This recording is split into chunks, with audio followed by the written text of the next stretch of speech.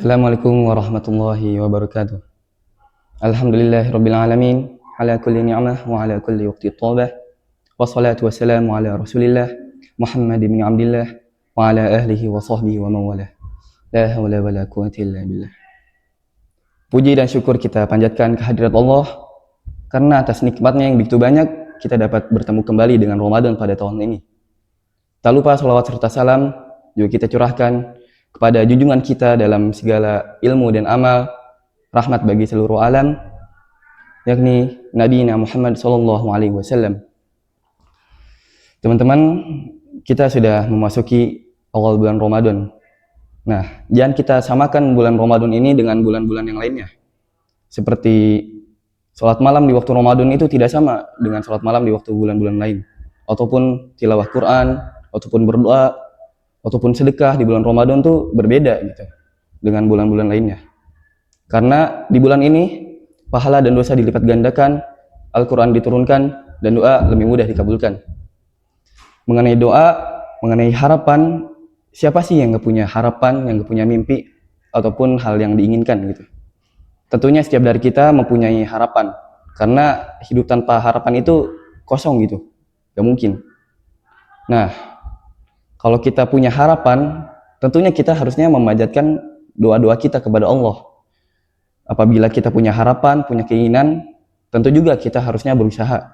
Sekuat tenaga kita berikhtiar, kita melakukan hal-hal yang mendukung kita agar mendapat keinginan kita itu. Tapi apakah dengan hanya berusaha dengan tangan kita sendiri itu cukup? Tentunya tidak. Bukankah banyak di antara kita sudah berusaha sekuat tenaga, tapi ternyata belum tercapai keinginannya? Bukankah banyak di antara kita sudah berusaha mati-matian, tapi belum juga gitu Allah kasih tanda-tanda bakal dikabulkan? Itu bukan berarti Allah nggak kabulin doa kita ya. Itu bisa jadi Allah hanya tunda sampai waktu yang tepat. Atau mungkin kita lupa satu hal yang sangat penting gitu, yang harusnya menjadi bagian dari usaha kita, yaitu doa. Nabi SAW membimbing kita dalam sabdanya, "Idza tamanna ahadukum falyuksir, fa innama yas'alu rabbahu 'azza wa jalla."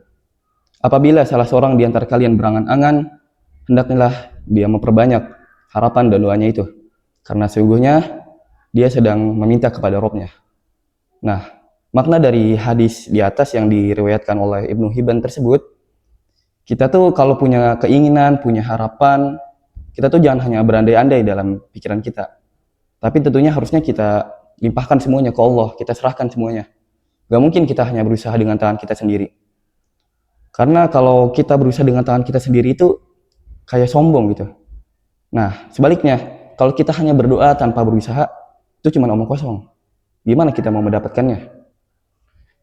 Nah, perihal doa ini tentunya ada syarat-syaratnya ya. Sebagaimana yang Allah firmankan dalam surat Al-Baqarah, surat 86, A'udzubillahi minasyaitonirrajim. Bismillahirrahmanirrahim. Wa idza sa'alaka 'ibadi 'anni fa inni qarib ujibu da'watad da'i idza da'an falyastajibu li wal yu'minu bi la'allahum yarshudun. Apabila bertanya hamba-hambaku kepadamu ya Muhammad, di manakah Allah itu? Maka jawablah, sungguhnya aku itu dekat. Aku mengabulkan doa orang-orang yang berdoa kepadaku.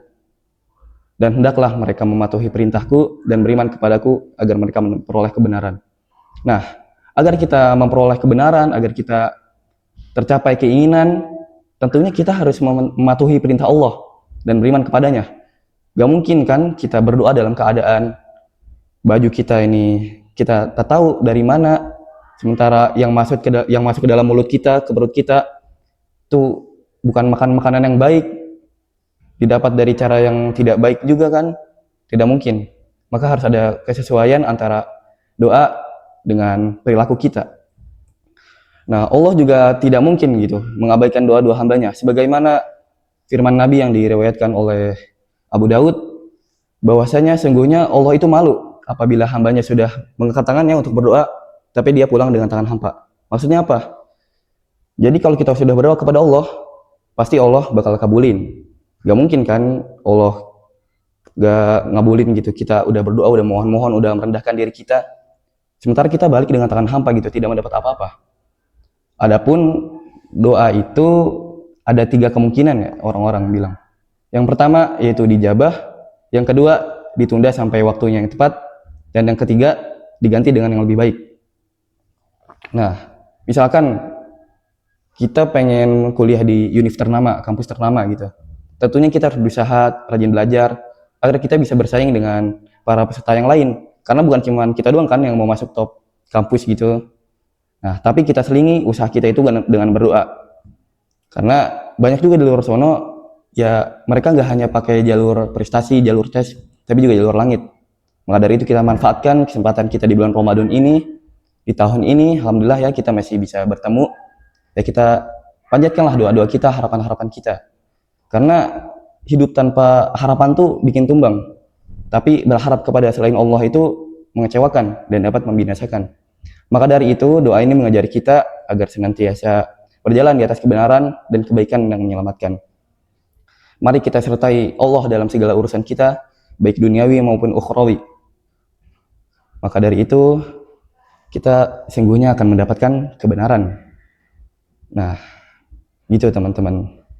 Mau kita dalam urusan dunia ataupun akhirat, tentunya kita harus senantiasa bertawakal kepada Allah. Jadi raga kita berusaha, jiwa kita berserah gitu kepada Allah. Mungkin hanya sekian. Barakallahu fikum. Assalamualaikum warahmatullahi wabarakatuh.